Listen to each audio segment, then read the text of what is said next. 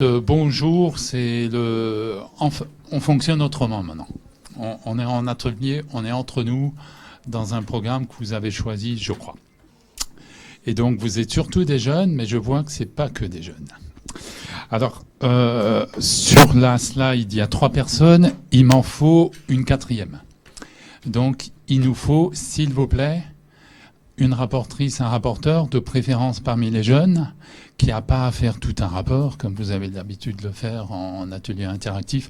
On vous demandera de noter sur le ressenti de ce que vous avez, de ce qui va sortir, de ce qui va se passer jusqu'à 16h45. Qui est volontaire ?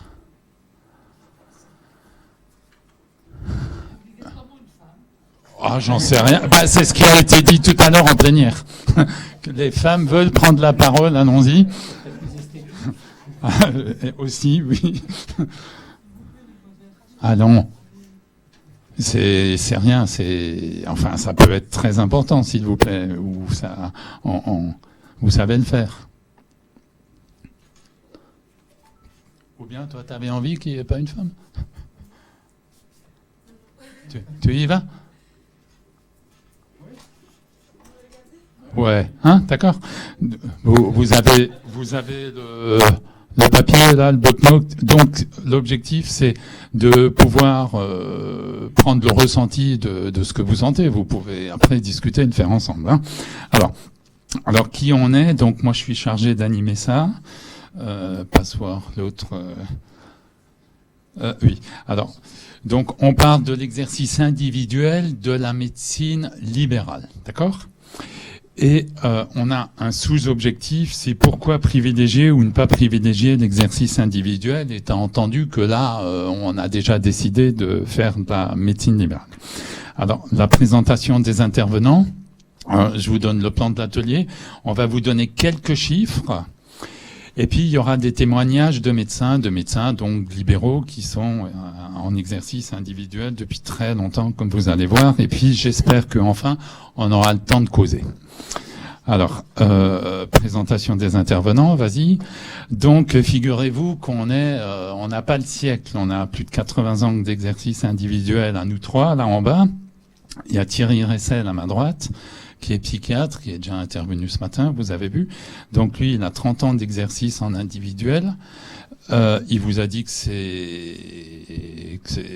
la majorité des psychiatres qui fonctionnent comme ça. Et lui, il est chargé de montrer les avantages.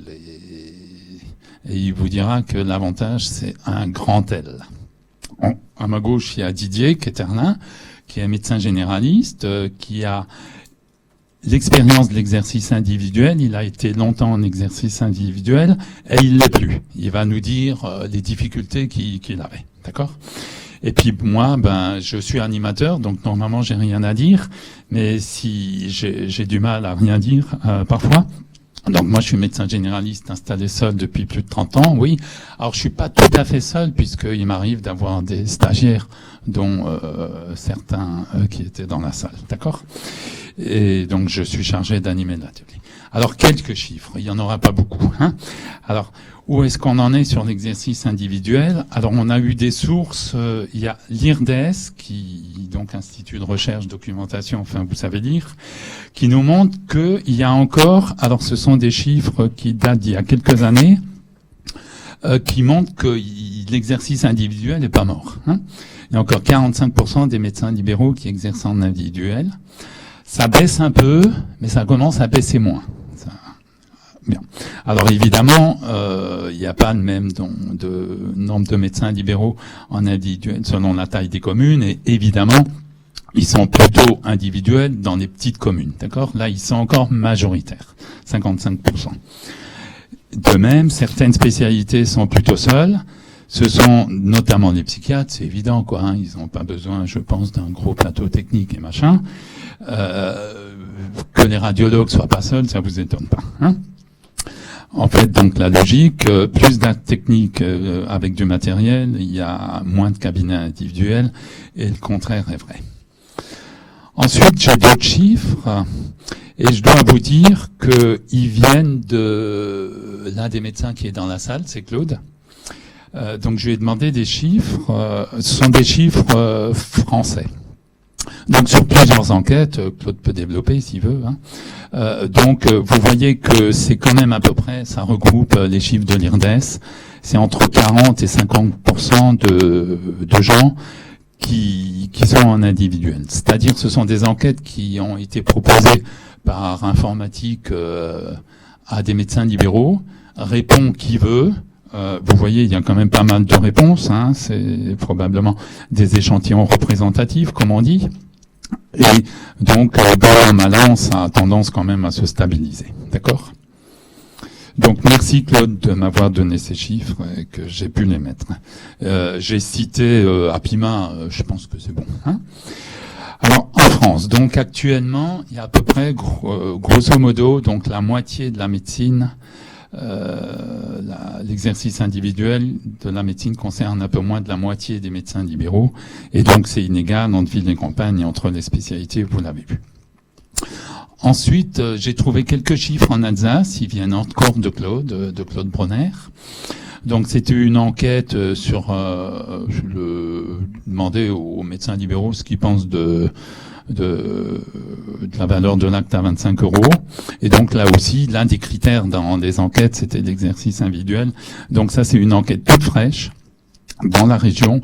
Donc il y a encore à peu près 40%. Alors, au niveau de l'Union régionale des médecins libéraux d'Alsace, donc une enquête a été menée récemment sur les cabinets de groupe. Alors, qu'est-ce que c'était dans cette enquête? Le cabinet de groupe, ce sont des médecins qui exercent ensemble, d'accord, à une même adresse, d'accord.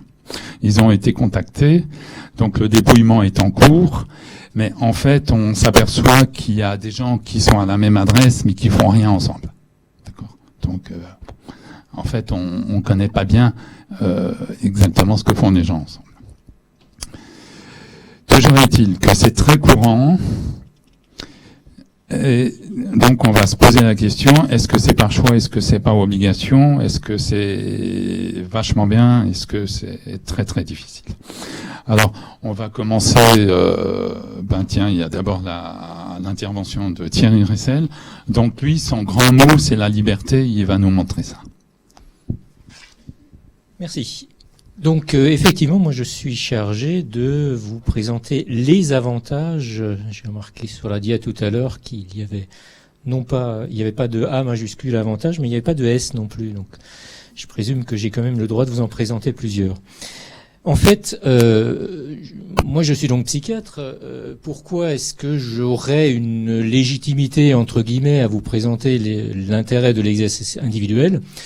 En fait, parce qu'effectivement, lorsqu'on parle d'exercice individuel, on a souvent tendance à l'associer à la médecine générale, mais finalement, beaucoup de spécialistes sont en exercice individuel. Et comme vous l'a dit Marcel Oretsch, 85% des psychiatres sont en individuel. C'est la spécialité qui est la plus représentée dans ce type d'exercice de la médecine. Mais il n'y a pas que les psys qui sont en exercice individuel. Beaucoup de spécialités le sont. Surtout celles, bien évidemment, qui n'ont pas besoin d'un gros plateau technique, bien sûr. Alors vous avez les pédiatres, les endocrinos, les gynéco-médicaux, les gastro-entéraux, les neuros, tout ça sont des gens qui sont très majoritairement en exercice individuel. Et même dans certaines spécialités techniques, comme par exemple les dermatos, les cardios, souvent ils ne sont associés que pour la partie technique de leur activité. Leur activité strictement clinique reste très individuelle. Donc c'est un petit peu pour ça que j'avais cette légitimité à vous parler de l'intérêt de l'exercice individuel. Alors très rapidement, effectivement, j'ai fêté il y a très récemment, le 1er octobre, j'ai fêté mes 30 ans d'installation libérale, vous voyez, c'est tout récent. Et donc j'ai toujours exercé en cabinet individuel, j'ai toujours exercé seul, et j'assume effectivement tout seul. Je témoigne ici pour vous dire que c'est possible. On peut faire fonctionner un cabinet en individuel totalement seul. Sur tous les plans, je fais moi-même du secrétariat, je fais la gestion, je fais la comptabilité. Je pourrais répondre aux questions tout à l'heure si vous le voulez sur ce plan-là. Je fais tout seul, c'est tout à fait possible. Alors, pourquoi est-ce qu'il est intéressant d'être installé en individuel? Moi, je n'ai préparé qu'une seule dia, comme vous voyez. Moi, mon seul mot, la seule chose que j'ai à dire, c'est la liberté. Qu'est-ce que c'est bien d'être libre? La liberté totale de l'exercice, d'organiser votre exercice comme vous l'entendez, comme vous le souhaitez. Vous avez le choix total de l'implantation, vous avez le choix du matériel, du mode de fonctionnement, vous avez le choix des horaires, vous avez le choix de périodes d'absence, etc. Tous ces éléments-là, vous êtes obligé de les prendre en compte lorsque vous êtes en association, hein. On ne va pas, si on a une association de 3 médecins, les 3 vont pas partir en même temps en vacances, hein, je présume. Donc on a une liberté totale, complète, y compris sur le plan de la gestion administrative, ce qui n'est pas forcément facile. Vous avez entendu parler tout à l'heure là de termes, les MSP, les PSP, les GECO, les machins, les CELAR, etc. Les différents contrats, tout ça c'est bien compliqué, c'est difficile à gérer. Les contrats d'association, ça demande du temps, ça demande de l'investissement. Tout ça, en exercice individuel, on n'a pas tous ces soucis-là. Alors quand on parle d'exercice individuel, ça ne veut pas dire, ça a été dit cet après-midi, ça ne veut pas dire exercice isolé. Ça n'empêche pas, en étant en individuel, d'avoir des contacts avec des confrères. Alors soit de manière organisée, comme on vous l'a dit, sur certains points très précis, hein, comme l'éducation thérapeutique par exemple, ou comme d'autres éléments, ou également sous forme de regroupement de pairs. Alors je vous donne l'exemple de notre situation des psychiatres dans le Haut-Rhin, où nous avons une association qui regroupe la quasi-totalité des psychiatres installés en libéral, en individuel sur le Haut-Rhin. Et on se rencontre très très régulièrement sur des thèmes de formation, sur parfois des sorties conviviales, etc.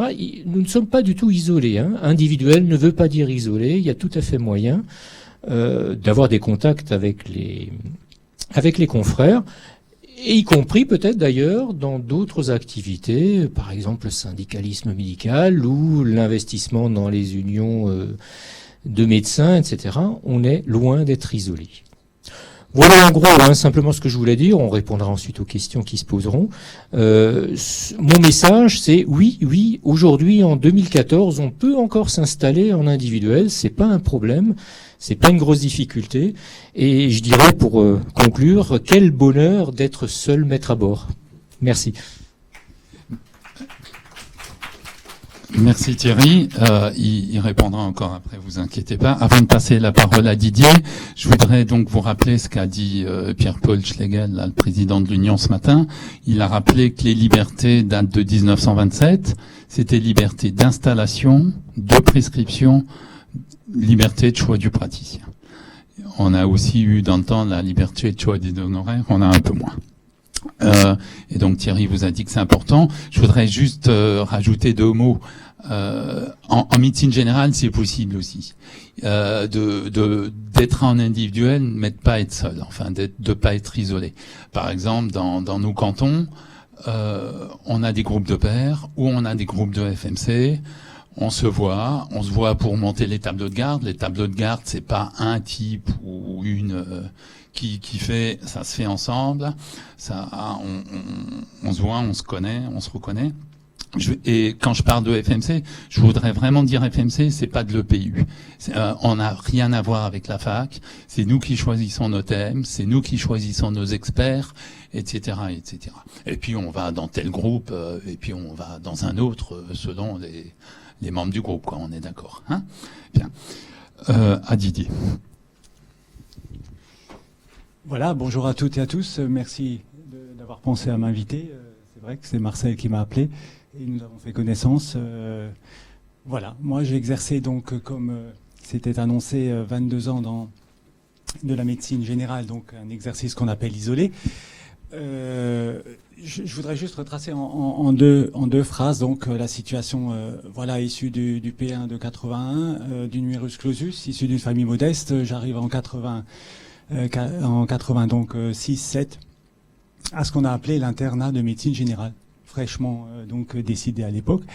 Donc nous étions souvent un petit peu à côté évidemment pris en charge dans les services universitaires, mais aussi dans les hôpitaux périphériques. Et c'est là que j'ai appris en grande partie. Donc j'ai appris donc dans des services de médecine interne, donc là, la médecine dite donc générale, la médecine donc globale, celle qui prépare, à mon sens, le mieux à l'exercice de la médecine générale. Nous avons donc rapidement, donc à ce moment-là, eu droit à des licences de remplacement. Aujourd'hui, je crois que c'est plus vraiment le cas. Il faut d'abord passer sa thèse et voilà, je voulais juste le rappeler. Et résultat, nous sommes voilà, nous avons été nombreux de conditions modestes à nous retrouver et à volontairement exercer la médecine générale de remplacement. Alors la situation de l'époque 90-92, je la retrace en une phrase. L'âge moyen des médecins, 35-40 ans. Exercice isolé dans la zone au Rhin, celle que je connais un peu mieux. Bien que j'ai fait des prospections jusqu'au nord de l'Alsace, les regroupements, les associations qui dataient de 76-78 et qui fonctionnaient bien. Et donc tout cela constituait, on va en parler tout à l'heure, un véritable frein à l'installation, puisqu'il ne restait plus grand-chose à faire d'autre que de la création. C'est ce que j'ai fait. Donc études de faisabilité, voilà, voir nos confrères, les syndicats de l'époque, toujours très, très accessibles. La faculté, pas tellement. Et résultat, donc, en faisabilité, je me suis installé dans une bourgade de 600-800 âmes, mais au croisement de routes et au croisement donc de routes, c'est le cas de dire, dans un bassin de vie, hein, tout près donc de chef-lieu de canton. D'un chef-lieu de canton, et voilà, dans la configuration que je voulais donner, les médecins collègues de 5-7 km aux alentours, oui, 35 ans de moyenne d'âge, et donc ce que je voulais encore évoquer comme considération, c'est que c'était un bassin de vie, la population était plutôt jeune, les jeunes gens construisaient ou s'installaient donc dans leur village ou dans leur bourgade donc d'origine, et donc c'était relativement prospère, et j'imaginais, et d'après mon étude de faisabilité, que la solution ce serait bien sûr en création d'intéresser la population jeune, les jeunes parents, etc. Ce qui fut le cas. Voilà. Et voilà. Alors un cabinet important de trois médecins généralistes exerçait à 7 à 8 kilomètres donc de distance, et nous avons toujours eu de très bonnes relations confraternelles. Ça a son importance parce que plus tard, en discutant et en nous rencontrant, j'ai choisi donc d'aborder la diapositive et de parler de difficultés. Maintenant, je vais vous dire, j'ai connu 22 ans d'exercice médical extraordinaire et tout à fait satisfaisant sur le plan et professionnel et personnel. Et mon passage en maison de santé pluridisciplinaire revient simplement au fait que cette maison de santé pluridisciplinaire s'est créée donc à Bartenheim, à 7 km de mon lieu d'exercice, et évidemment c'était relativement destructeur pour mon propre exercice isolé. Je n'arrivais plus, je n'avais pas les moyens de faire face aux possibilités et à l'offre de soins de cette maison de santé si j'avais évidemment persisté dans mon exercice isolé. Je veux faire référence à l'ouverture 8h-20h. Je travaillais effectivement 12 à 14 heures par jour en exercice isolé, et c'était pas le problème, mais c'était surtout, on va en parler, et j'en ai déjà parlé avec des collègues et des amis, notamment donc par la maîtrise de stage, j'en ai parlé avec Judy Kael. Effectivement, donc, la demande de soins n'aurait pas suivi. Je veux dire par là que, en exercice isolé, je me suis retrouvé à travailler donc avec des charges importantes, à avoir du mal à installer un secrétariat qui fonctionnait tant bien que mal, mais sur des horaires de journée. Et résultat, je faisais énormément de visites. C'est un thème qu'on pourra aborder tout à l'heure, mais bon, qui revient plus à l'activité de généraliste. Je faisais énormément de visites au domicile par la demande. Et voilà. Donc c'était juste pour établir le cadre global de l'activité. Je voulais encore vous parler de deux choses en matière de difficulté. On peut en deux phrases dire que l'installation a été difficile, puisque c'était une période complexe, je le disais. Il faut se rappeler qu'à l'époque, les taux d'intérêt étaient à 14%. Vous achetiez un bâtiment ou un local, vous preniez un prêt, les taux d'intérêt étaient à 14%. La consultation valait 75 francs, ce qui fait 12 euros. La visite était encore remboursée, voilà. Après, elle a été réévaluée. Le PU ou la FMC se passait donc dans les hôpitaux, dans les services hospitaliers de proximité. C'était surtout Mulhouse. J'ai eu beaucoup de mal à y aller, mais j'y allais tant bien que mal, assez souvent. Et un point particulier qui intéressera, je crois, la jeune génération, c'est que il n'y avait pas de SAMU. C'est-à-dire que le SAMU existait, mais il était à 20 km et il se déplaçait très mal. Les sapeurs-pompiers étaient à 15 km, ils se déplaçaient très mal. Et j'ai très vite été, dans le cadre de l'exercice isolé, confronté à une demande de médecine d'urgence, une permanence de soins, qui a relativement chamboulé mon activité donc de généraliste. Il faut la prendre en compte. Aujourd'hui, les choses ont changé. On fait le 15, on fait le 18, on est soutenu. On résout les problèmes sur place et on attend l'arrivée du VSAV ou de l'ambulance ou du SAMU. Qu'est-ce que je peux encore dire dans les difficultés? Je dirais que il a fallu voir l'évolution de l'assurance maladie elle-même. L'arrivée de l'informatisation, ça n'a pas été vraiment un problème, mais c'est quand même parfois difficile de s'y mettre quand on est très occupé sur le plan professionnel. Ceci dit, on a suivi. Qu'est-ce que je voudrais encore vous dire dans la forme de difficulté? À l'installation, c'était difficile, ça, somme toute. Alors, je vais vous parler d'une difficulté, c'est donc, bien sûr, je voulais vous évoquer que la patientèle. La patientèle, pour se fidéliser, bien sûr, ça concernait surtout des soins, comme je l'évoquais, de jeunes gens avec enfants, donc une médecine générale, une médecine globale. Et cette patientèle, pour la fidéliser, moi je considère qu'une des difficultés, c'était bien sûr d'être toujours disponible. La disponibilité. Donc la disponibilité, c'est l'heure de midi, c'est l'heure de 17, 19, 20 heures, c'est l'urgence de 42 fièvre à 22 heures, c'est le vomissement de la nuit qui inquiète maman, je vous en passe, vous connaissez tout ça ou vous le connaîtrez. Voilà. Donc la disponibilité, ça reste une difficulté sur le plan personnel, bien qu'il faille trouver des solutions à l'échelon donc familial et personnel. Je voudrais encore ajouter une chose. J'ai parlé de la visite, j'ai parlé donc de l'informatique, j'ai parlé de la valeur de la consultation, de la permanence de soins. Qu'est-ce que je voulais reconnaître encore comme visite, comme difficulté, je veux dire, par rapport à la visite?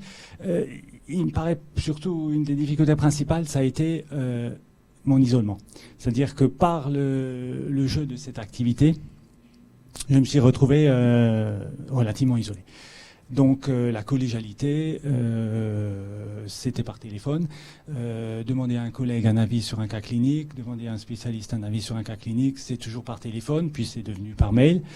Mais rien ne remplace, à mon sens, le collège particulier des praticiens qui peuvent se réunir, discuter donc sur table, comme on dit. Et ça, je trouve que c'était une difficulté qui, à un moment donné, m'a pesé. Voilà. En gros, qu'est-ce que je veux dire? Les difficultés économiques, oui. Le contexte socio-économique à l'installation, j'en ai parlé. Mais bon, c'était des années très, très, très, très heureuses. Après, la difficulté, la dernière, celle que j'ai déjà évoquée, ça a été d'arriver d'une MSP à 5 km. Et là, je crois que j'avais comme seule solution que de m'impliquer pour trouver ma place en maison de santé pluridisciplinaire. Je crois que mon exercice isolé était voué à l'échec, de par aussi les habitudes de consommation de soins des patients, qui ont très vite compris que quand on leur offrait du 8h, 20h, midi 14h y compris, comme possibilité de consultation ouverte à la maison de santé de Bartenheim, eh bien en fait, ça sera très difficile à un généraliste de vouloir proposer des horaires identiques. Voilà. Ok, merci Didier. Écoute, les deux, vous avez vu, les deux médecins libéraux et puis moi aussi, j'en fais partie. Donc vous avez quand même des gens qui sont passionnés par ce qu'ils font, par ce qu'ils ont fait. je remercie particulièrement Didier pour la franchise de ce qu'il vous a présenté, de ce qu'il a vécu et comment ça s'est passé. Et il a tout à fait raison. Enfin, on vous a montré nos installations quand il y avait le maximum, enfin quand les facs elles produisaient du docteur à tout va, quand on s'est installé lui et moi en 84, la population et les confrères installés, ils nous attendaient pas, quoi. C'était pas évident. Vous pouvez pas imaginer comme ça a changé, comme maintenant vous êtes attendu à la fois par la population et par les confrères. Quand moi je me suis installé comme lui en octobre 84. Je suis bien sûr allé me présenter aux confrères installés, enfin aux généralistes, des généralistes. Je suis dans le canton de Neuvrisac, là maintenant il s'appelle une zone fragile, mais il y a 30 ans il n'y avait pas plus de médecins. Donc je vais bien sûr aller me présenter aux médecins, je vous encourage d'ailleurs à le faire quand vous vous installerez.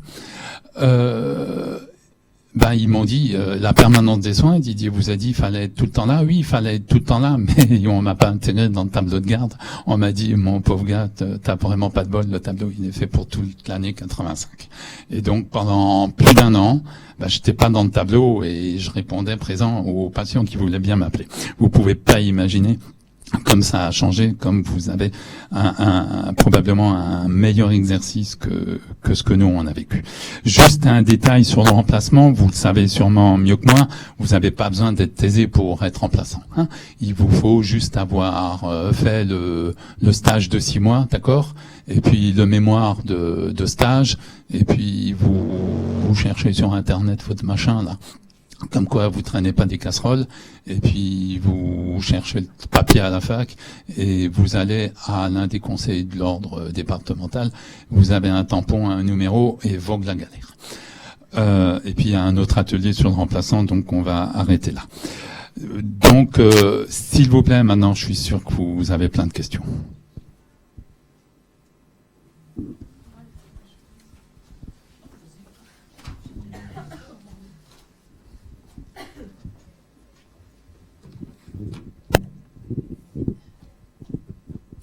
Merci. Moi, je suis Katia Mauss, je suis référente installation à l'ARS.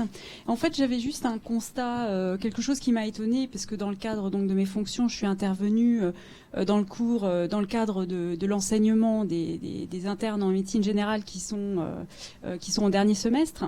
Et donc, c'était un atelier dans le cadre des modes d'exercice, et j'étais très étonnée puisque j'ai entendu beaucoup d'internes, d'ailleurs, il y en a certains qui sont là, qui faisaient part en fait de leur souhait d'exercer en individuel. Donc je me suis dit on dit toujours une des volontés, une des aspirations des jeunes, c'est d'exercer en regroupé, mais finalement non, c'est pas forcément la panacée et certains veulent encore. Donc ça a été une surprise et en même temps je trouve c'est une bonne chose aussi parce que c'est vrai que le discours qu'on entend et on l'a entendu aussi ce matin, c'est quand même assez anxiogène. On parle beaucoup de l'isolement et donc effectivement je pense qu'il faut un petit peu peut-être contrebalancer, même si effectivement le risque est présent. Moi ma question c'est de dire qu'est-ce qu'on peut faire pour justement essayer de contrebalancer en mettant en avant effectivement les aspects liberté, mais peut-être pas que. Qu'est-ce qu'il y aurait comme outil en fait pour prévenir peut-être ce risque d'isolement et aussi peut-être un risque de désinsertion finalement de quelqu'un qui est en exercice individuel quelque part, qui soit après obligé finalement de changer de lieu d'exercice comme vous monsieur par exemple. Tu veux répondre, toi? Ou la salle, quelqu'un a une réponse? Bon, je veux juste rappeler un petit peu ce que je disais sur le non-isolement des praticiens sur le terrain. On peut très bien s'engager dans différentes actions. On a des regroupements de médecins. Je parle de mon expérience d'une association de psy qui est extrêmement active sur le Haut-Rhin. On organise nous-mêmes, comme disait Marcel pour lui-même, on organise pour nous-mêmes des sessions de formation sur des sujets extrêmement variés. Vous savez que les psychiatres, c'est un peu compliqué, parce que bon... souvent autant d'opinions sur les psychothérapies que de psychiatres, donc c'est très difficile de contenter tout le monde. Et ben on arrive quand même à réunir une grande majorité d'entre nous sur des thèmes très variés, que ce soit de la biologie génétique, que ce soit de la psychanalyse, que ce soit des approches sociologiques de la population, etc. Il y a vraiment quelque chose, il y a une dynamique qui se fait au sein, encore une fois, du groupe des psychiatres orinois. Alors, c'est mon expérience personnelle, je suis à peu près certain que ça doit exister dans d'autres spécialités et que ça doit exister aussi pour les généralistes, notamment d'ailleurs, comme le disait Marcel, dans les groupes de FMC qui, je crois, notamment dans le Haut-Rhin, sont très très dynamiques en fait. Oui, je suis tout à fait d'accord. Donc, vous avez entendu que quand je me suis installé, j'ai pas été forcément accueilli à bras ouverts. Mais bon, très vite, faudra que j'aille en Bretagne pour leur montrer ce qu'on a fait nous en Alsace, parce que le nez nous dit qu'il a fait des GECO, nous on a fait des APLS. Ce sont des associations des professions libéraux de santé. On avait ça il y a 30 ans, quoi. Dans notre canton, on a fait ça. Et donc, là, on se retrouvait, on faisait de la FMC, et pas seulement de la FMC avec les médecins, même avec les infirmières, les kinés, l'orthophoniste qui est dans le canton. Parfois, on a vu le dentiste, parfois, on a vu le pharmacien. Donc, je veux dire, on faisait ce qui va se faire sans le savoir. Mais effectivement, si on est installé en exercice individuel, je pense qu'il faut aller voir les copains, les copines, et puis pas rester juste seul dans ses murs, quoi. Oui, pour répondre, donc, je vais tout à fait dans ce sens. Pour y arriver, il faut avoir des horaires de travail compatibles. C'est là où il faudra énormément travailler, je pense, que vous, les jeunes gens. On peut remercier, c'est vrai, tous les gens qui sont engagés, comme Dr Bonner, Dr Ruech, pour faire absolument, donc, pour avoir des avancées. Ils ont bien compris, ça fait déjà plus de 20 ans, que la féminisation de la profession va forcément induire des chamboulements, donc, dans la demande, donc, de pratiques médicales, en tant que généraliste. Et en cela, je ne vais pas paraphraser, mais on est relativement aidé par l'amélioration donc des conditions d'exercice. Aujourd'hui, il y a une permanence de soins qui est instaurée. Aujourd'hui, on a le droit de fermer son cabinet à X heures de la soirée, y compris 17, 18, et de mettre, en cas d'urgence, faites le 15 ou le 18 dans certains cantons, ou les deux. Donc, c'est vrai qu'il y a des améliorations. Il faut bien en profiter. Moi, je rebondirai avec les deux avis de mes confrères. Il me paraît important que nous, praticiens installés, en tant que maîtres de stage, nous accueillons le mieux possible et que nous impliquions bien, ce qui est souvent le cas, je crois, en tout cas de notre côté, pour que vous trouviez des réponses à votre hypothèse d'installation, à votre projet personnel. Autant en tant que professionnel dans le type même d'exercice que vous voulez pratiquer. Je veux dire par là, la médecine générale, elle est polyvalente. Je fais des sutures, je fais pas de sutures. Je fais de la gynéco, je fais pas de gynéco. Voilà, j'accueille les urgences, j'accueille pas les urgences, je fais de la petite suture et puis je délègue ou voilà. Donc tout ça, ce sont des questions auxquelles vous aurez à répondre et que vous cherchez déjà aujourd'hui à solutionner. Je pense que le stage, je me suis engagé dans ce sens et j'ai été convaincu. Le stage chez le praticien, le stage SASPAS représente donc pour moi un bon tremplin. Et aujourd'hui, on retrouve des jeunes gens qui sont tout à fait au clair avec ces questions-là. Thierry a demandé le micro. Je vais juste, effectivement, c'est plus 24 heures sur 24. Il y a des numéros de SOS médecins, il y a des numéros d'associations de PDS. Il y aura un numéro d'appel unique bientôt pour la régulation libérale. Quand le docteur est pas au cabinet, il n'abandonne pas ses malades, ils sont pris en charge de façon organisée, il n'y a pas de souci. Je crois qu'effectivement, pour la permanence de soins, je ne suis pas spécialiste, Marcel vous en a parlé, mais ce qui me semble intéressant également, c'est qu'il faudrait peut-être essayer de se battre, justement, nous tous, pour obtenir une prise en charge de l'aspect plus administratif des tâches du cabinet, puisque quand on est en individuel, je vous l'ai dit, moi je fais tout moi-même.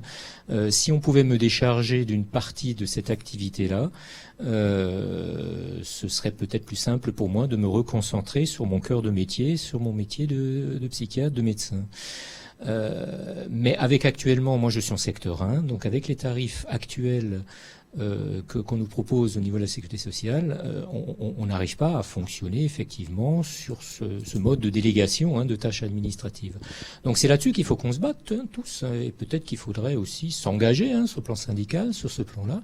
Il faut qu'on obtienne de nos tutelles qu'on n'en reste pas au simple paiement de chaque consultation, qu'on obtienne des forfaits de prise en charge de l'administratif. Pour ceux qui étaient là ce matin, j'en ai parlé par rapport à l'évolution de notre réflexion par rapport à la psychiatrie. Moi, mon gros dada, ce serait d'arriver à créer ce qu'on pourrait appeler donc un pôle libéral de santé mentale, où effectivement on nous déchargerait de tout cet aspect administratif des choses. Bonjour, Dr Dominique Joulin-Flamme. Moi, je suis installée à Montpellier depuis plus de 35 ans en cabinet isolé. Alors, je vais déjà faire une même remarque. Moi, j'ai pas pu rentrer dans le tour de garde de PDS. Mais à l'époque, comme beaucoup de mes confrères, j'ai assuré, et j'assure toujours, du 24-24, 7 jours sur 7. Et ça me semblait normal, parce qu'à l'époque, beaucoup de cabinets fonctionnaient comme ça. La chance que vous allez avoir, vous, mesdames, je vais vous le dire, elle est double. La première, c'est qu'en tant que femme, j'ai été largement comprise par mes patients pour pas avoir beaucoup de visites obligatoires. C'est-à-dire que moi, je leur disais, vous m'amenez le gamin, vous venez tout de suite, je vous prends. Même sur des coliques néphrétiques, parce que je leur disais, de toutes les façons, je vais vous envoyer faire une écho si vraiment c'est une colique. Donc venez, je vous prends tout de suite, sinon je vais arriver ce soir ou entre midi et 2. Et comme le soir j'avais mes enfants et qu'ils le savaient, on a beaucoup moins de visites. En tout cas, je trouve que l'éducation est plus facile de nos patientèles. En tout cas, moi, c'est mon vécu. Je vous le livre comme ça. Puis la deuxième chance que vous avez, c'est qu'il y a beaucoup de médecins qui ne font que du remplacement, ce qui n'était pas le cas à mon époque. Ça veut dire que si je suis ici et si j'ai pris des responsabilités aux unions, c'est que j'ai la chance, moi, d'avoir la même remplaçante depuis 15 ans qui assure quand je suis pas là. Donc, en fait, je suis seule, mais vous avez des possibilités d'organisation facilitées par rapport à avant, quand on s'est installé, parce que avant, nous, les remplaçants, on se battait plutôt au couteau pour trouver des remplacements, je vous rappelle, messieurs. Il y avait beaucoup de remplaçants et peu de postes. Et puis alors, les choses sur lesquelles on est peut-être, alors je ferais volontiers une enquête, mais j'en suis à peu près convaincue pour l'avoir fait, j'ai très vite pris un secrétariat téléphonique pour mes rendez-vous. Parce qu'un jour, j'ai décroché mon téléphone parce que, à force d'être embêté, vous décrochez. Et puis un jour, pour une urgence, quelqu'un a mis 2 heures à m'appeler.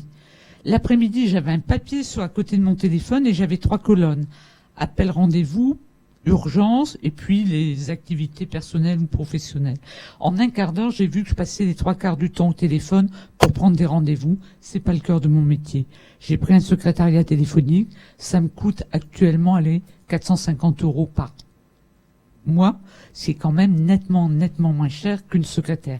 Et ça m'assure du 20h, c'est-à-dire les 5 jours et demi où je travaille. Donc, il y a des solutions.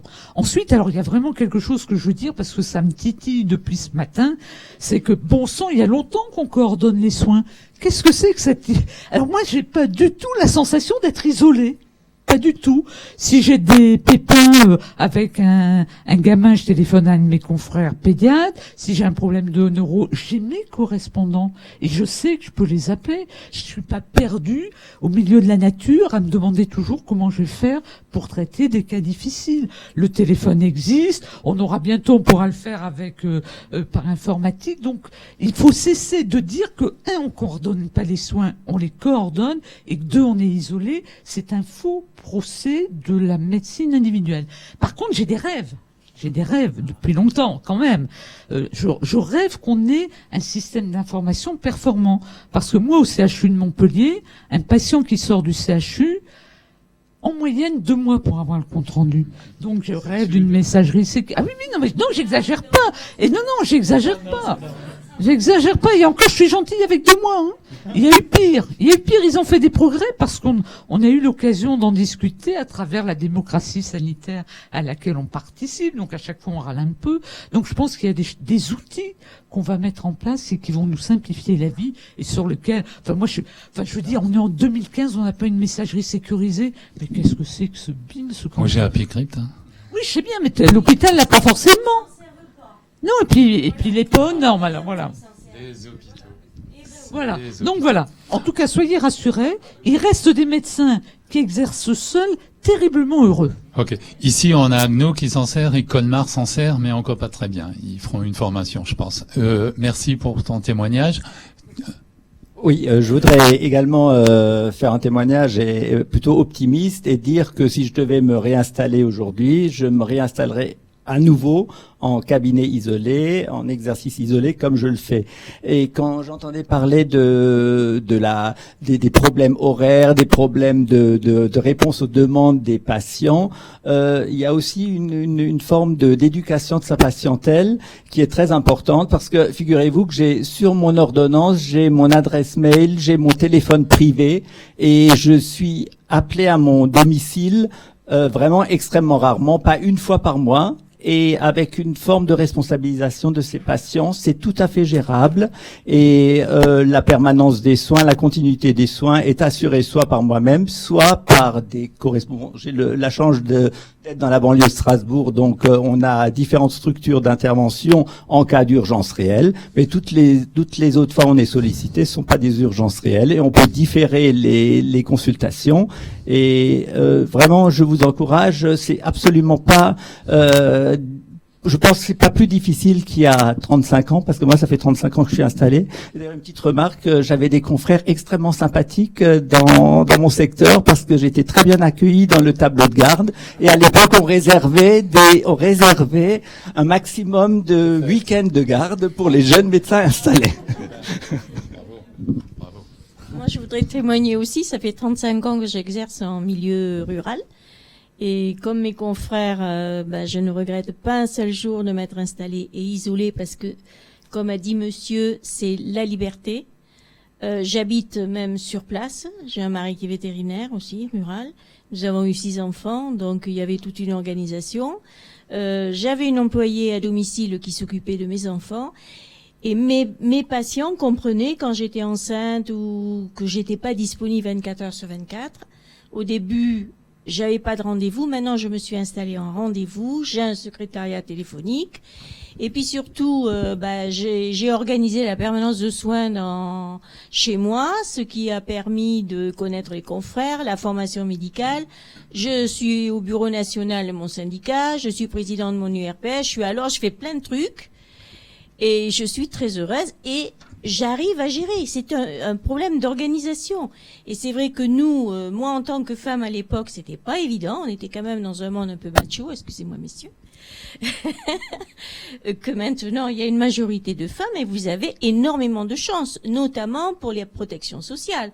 Parce que moi, j'ai eu de la chance d'avoir une santé excellente et de mener mes grossesses à bien, de pas m'arrêter. Mais si j'avais eu des grossesses difficiles, je ne sais pas ce que j'aurais fait, hein. Voilà, donc une patientèle, ça s'éduque, et puis surtout, on n'est pas seul parce qu'on a l'équipe médicale. Moi, je sais que je communique avec les infirmières par SMS, avec le kiné. Elle m'envoie la photo d'un ulcère, je réponds de suite, je viens, on se rencontre. Voilà, je suis chez moi, mais je travaille avec les autres. Oui, je comprends tout à fait, c'est tout à fait vrai. Moi, j'évoquais simplement ma propre difficulté. Vous êtes individuel, un cabinet de groupe à 5 km, des patients jeunes, exigeants. À un moment donné, ça devient difficile et c'est vrai que l'éducation eût été sûrement la meilleure solution. L'éducation, par quel biais? Un secrétariat présent toute la journée, sûrement. Quand les patients viennent et vous téléphonent à 14h, disent voilà, j'ai un enfant qui a 42 fièvres, toutes les urgences n'en sont peut-être pas. Vous voulez différer à 16h et qu'on vous dit si vous ne répondez pas tout de suite, je vais à Bartenheim à 5 km. Voilà. Alors, on n'est pas dans un secteur concurrentiel. La confraternité a toujours joué. Moi, j'ai toujours fait jouer la confraternité. Et j'imagine que vous autres confrères, c'est justement grâce à la confraternité que vous pouvez éviter ce genre d'excès, ce genre d'abus venant de la patientèle. Ça s'éduque. Je veux dire, on peut corriger des erreurs de demande de patients. Nos jeunes gens noteront bien que sûrement, à cette occasion-là, il faut avoir un mélange de fermeté et de professionnalisme, et puis savoir aussi juger d'une urgence ou pas. Voilà. Oui, c'est voilà. Il faut y mettre, comme vous dites. ça prend. Oui. Mais, voilà, c'était un témoignage que je voulais donner. Aujourd'hui, les choses vont beaucoup mieux. C'est sûrement vrai. Nos jeunes gens doivent être rassurés. Quelqu'un veut le micro? Vous n'avez pas de micro? Il nous reste plusieurs minutes. Oui. En attendant d'écouter, de prendre note de cette question, je voulais juste soulever une question. Est-ce que la notion d'affiliation médecin traitant, est-ce que ça vous tracasse, vous jeunes gens? Comment voyez-vous cet état de fait, donc d'affiliation médecin traitant pour les caisses françaises, bien sûr. Est-ce que vous considérez que ça constitue un frein, puisqu'il faut très vite que la patientèle se fidélise et voilà. Mais oui, alors moi j'ai pas du tout d'expérience personnelle du cabinet en individuel. Bon. En revanche, ça m'interpelle beaucoup votre parcours particulier, parce que c'est vrai que c'est la première fois que j'entends parler d'une telle expérience. In fine, si j'ai bien compris, c'est la création de la MSP qui vous a fait fermer votre cabinet? Oui, tout à fait, tout à fait. Vous n'auriez pas survécu? Au niveau, je m'entends, économiquement parlant. Oui, tout à fait. Il y a quand même un effet pervers là, que je ne peux pas ne pas relever. Est-ce que ça s'est fait dans la concertation? Vous aviez été prévenu? Oui. Vous avez été... Oui, tout à fait. Tout à fait. Mais j'ai très vite compris qu'avec dans les conditions d'exercice de la maison de santé pluridisciplinaire, 5 généralistes, présence des infirmières, paramédicaux sur place, secrétariat mutualisé, ouverture 8h, 20h. Vous faisiez plus de poids. Petite urgence, voilà. C'est quand même interpellant. Oui, les patients m'ont dit 2 ans de projet. Les patients m'ont dit en début de projet, on vous aime bien, mais on n'hésitera pas à aller à la MSP. Si le gamin a de la fièvre à 13h, etc. Donc, malgré l'éducation de 22 ans et malgré je suis quelqu'un de présent, très humaniste et présent, mais c'est vrai que, je m'en suis rendu compte. Ceci dit, je m'exprime très bien, je me suis très bien exprimé et j'ai choisi cette présentation sous le terme de difficulté, mais j'ai vécu j'ai vraiment vécu des heures extraordinaires. Aujourd'hui, je tâche de m'adapter à un âge un petit peu plus avancé à l'exercice de maison de santé pluridisciplinaire. C'est relativement difficile. Et la question, alors justement, la question qui tue là peut-être, comment vous sentez-vous maintenant par rapport à avant dans votre exercice, dans votre épanouissement personnel et professionnel? Alors je vais dire que c'est très difficile, voilà. C'est voilà, tout à fait. Non, c'est très difficile. Les difficultés sont encore là, mais je m'implique. Alors, quels sont les items à traiter? Les horaires, on me pose pas de problème. Hein. Je travaille toujours de 8h à 22h du lundi au samedi 18h avec des 3 gardes par mois. Donc SAMU et puis 6 gardes de week-end par an. Donc ça ne me pose pas de problème. Physiquement, ça suit encore. Mais bon, l'organisation et l'interprofessionnalité dans une maison de santé, la gestion de la CISA, puisqu'il faut aussi la gérer. Cette CISA, ça ce sont les à côté de la médecine générale, la collaboration, la confraternité, le dossier médical partagé, l'informatique partagée au sein d'une MSP pose d'énormes questions et il faut les résoudre et je m'y implique. Voilà. Et pour finir sur la dernière question, il y en a une encore là-bas, rassurez-vous.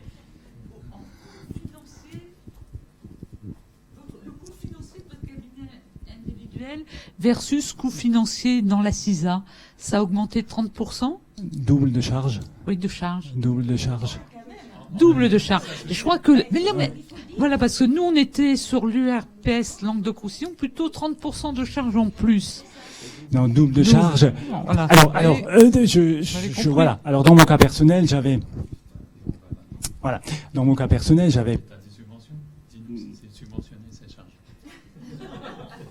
Les charges de fonctionnement, les charges de fonctionnement aucune. mais le NMR, voilà, le nouveau mode de rémunération pour ces réunions de coordination, chère à Madame Miralles, oui, nous subventionne à raison de 300 € par mois, réunions de coordination. Voilà, par praticien, à peu près pour la maison. Voilà.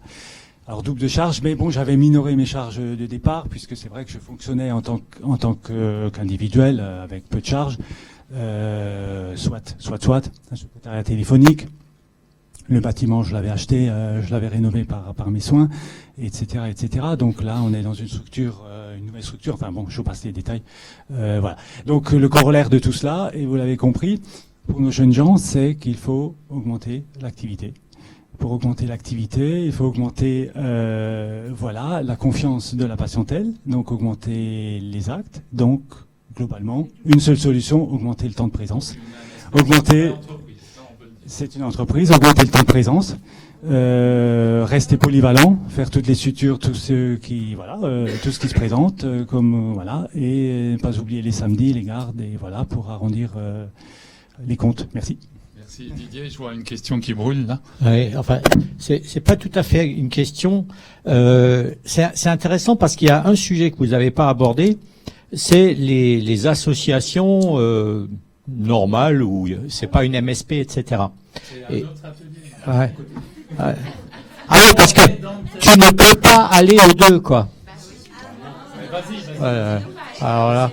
Vas-y, ils ont envie de t'en... Bon, si c'est dans un autre atelier, on n'en parle. Non, mais en fait, ça pose bien le problème dans les associations simples. Le problème, c'est toujours quand on s'entend, c'est super, et quand on ne s'entend pas, c'est l'enfer. Voilà. Et donc c'est la problématique. Et alors on a d'un côté la MSP avec l'ARS qui se mêle de ce que vous faites, les réunions, les machins. Tu l'as très bien décrit, c'est bien. Avec et je vous remercie d'avoir mis quelqu'un qui dit quand même ça a été un peu dur d'y passer, quoi. Hein, même très difficile. Mais bon, c'est une structuration, quoi. Et puis de l'autre côté, celui qui est tout seul, bon, bah quelque part, moi je suis associé à 3, c'est quand même vachement bien. Hein. Le fait de ne pas travailler seul, d'ouvrir aussi de 9h du matin à 19h, de pouvoir s'échanger les horaires, etc., c'est extraordinaire. Mais la condition, c'est de bien s'entendre. Et donc, le fond du problème, c'est comment trouver une solution où on travaille à plusieurs et où la gestion n'est pas le machin qui nous bouffe, quoi. J'ai pas de solution. Ce que je sais, c'est ce vers quoi on va actuellement. C'est pas la bonne solution. Ça, c'est clair. J'ai dit, on va avoir un hôpital dans le cabinet et le vrai problème, il est là, quoi. Ben, moi, j'ai entendu plusieurs témoignages de médecins qui ont de l'expérience, qui sont contents de bosser seuls, quoi.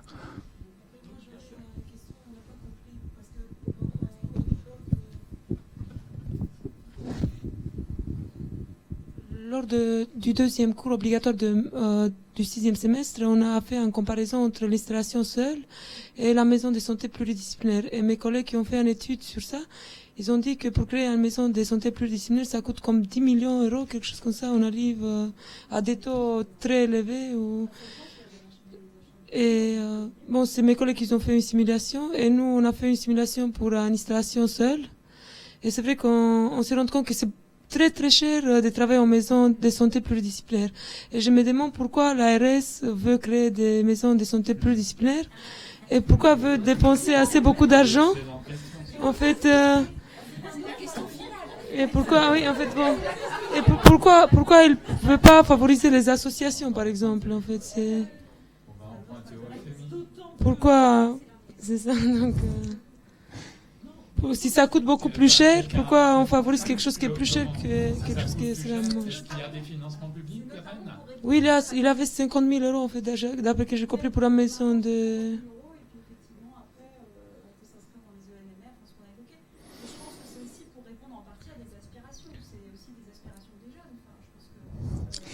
Oui, oui, oui, oui.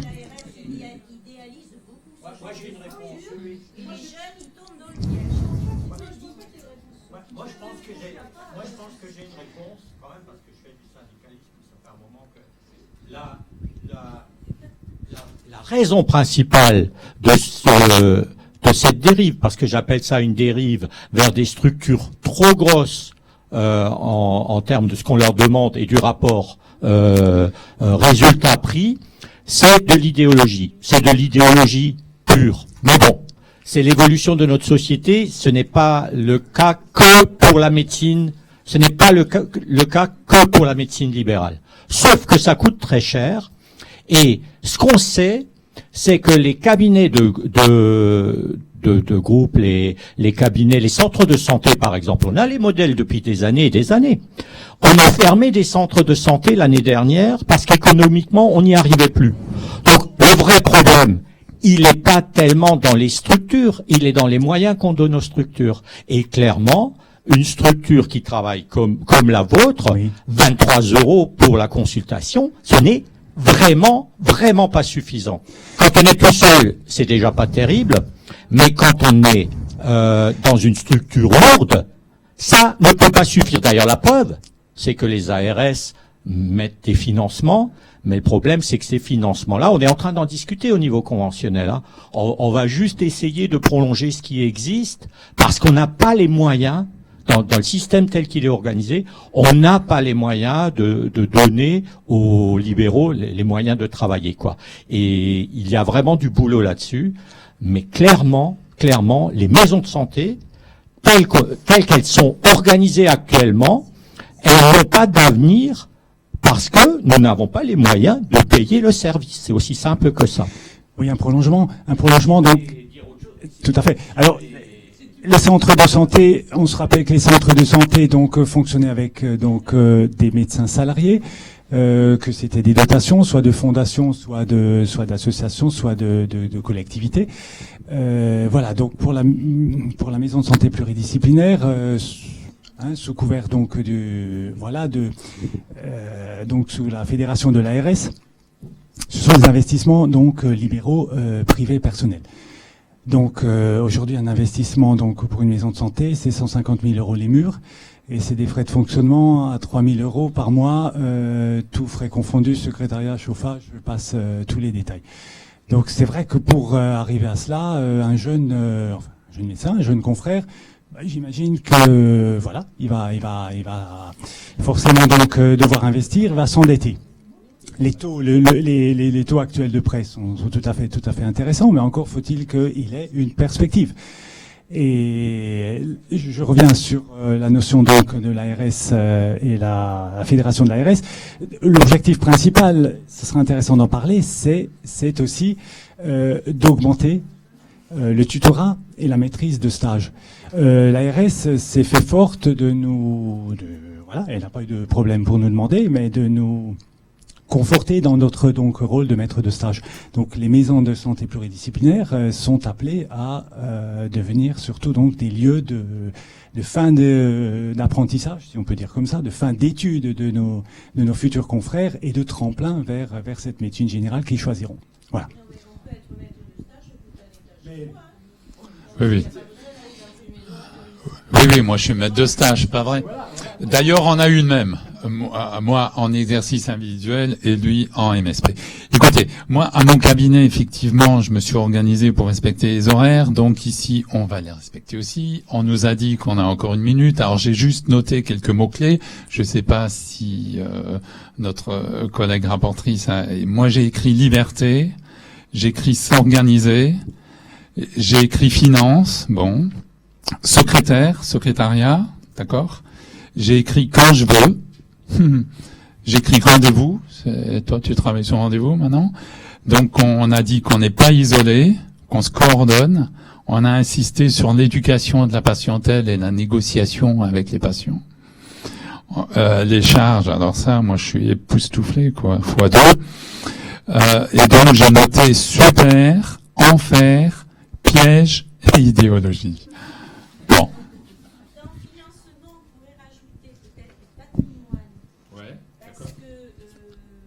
Tu es maître de ton outil de travail, quoi. Si tu es maître de ton outil de travail, d'accord. Tu fais un emprunt, ouais. Un jour, c'est à toi. D'accord. Tandis que dans la maison disciplinaire, tu payes ton loyer. Il y avait juste une question, je voulais juste évoquer très rapidement.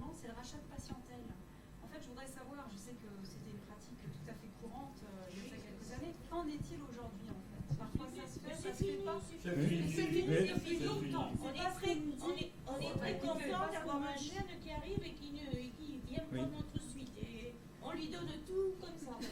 Il n'y a pas de souci pour ces jeunes, en fait. François veut intervenir, docteur Seiler. Tu as une réponse? Je crois qu'il y a une vraie difficulté, notamment pour les jeunes, c'est qu'aujourd'hui, personne ne peut vous garantir quand vous vous installez. Tu te présentes? Oui, conseil médical ARS. Personne ne peut vous garantir que dans 3 ans, il n'y a pas une MSP qui va se créer à 10 km ou à 5 km à côté de chez vous, puisque l'installation aujourd'hui est encore obligatoire. Il n'y a pas de planification des MSP libre. Il n'y a pas de non, mais il n'y a pas de planification. Il n'y a pas de planification des MSP sur une région, et donc je pense que c'est une vraie difficulté. Après, je crois que les MSP, c'est vrai qu'il y a de l'idéologie, mais je pense que aussi il y a le modèle anglais, qui est, même si, enfin, on a pris une partie du modèle anglais sans voilà, et puis sans tout le reste. Et je pense elles ont, je pense, permis de répondre à des difficultés dans certaines régions où il y a des vrais déserts. Ce qui n'est pas du tout le cas en Alsace aujourd'hui, et si on en croit les présentations de ce matin, ce sera pas le cas non plus demain. Mais c'est vrai qu'il y a certaines régions où c'était la seule possibilité pour avoir encore des accès à un médecin généraliste, puisqu'il n'y en avait plus. Un seul avantage de cette maison de santé, en conclusion, c'est surtout de pouvoir vous accueillir, vous jeunes gens, dans les stages de fin d'études, vous exercerez très vite donc cette médecine générale, même à titre individuel, puisque les SASPAS consultent tout seul en surveillance rapprochée indirecte, et voilà, ça me paraît très important. Ça peut marcher pareillement. Voilà, donc les moyens sont là pour vous jeunes gens, c'est bien.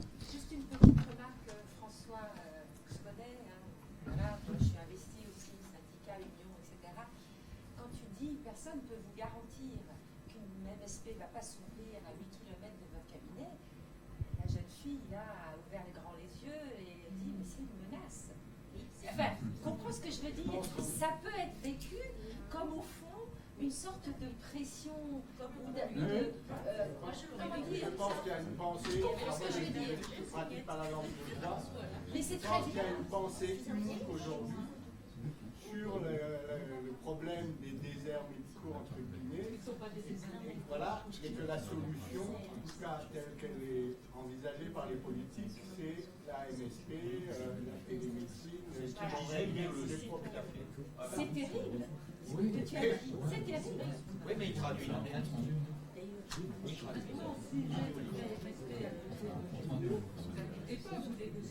C'est dommage qu'on n'ait pas eu l'atelier.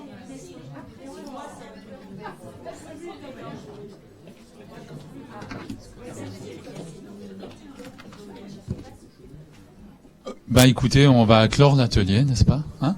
Je sens que vous auriez envie que ça dure plus longtemps. Bah, je suis désolé. Ce sera le prochain atelier. Il y en aura demain.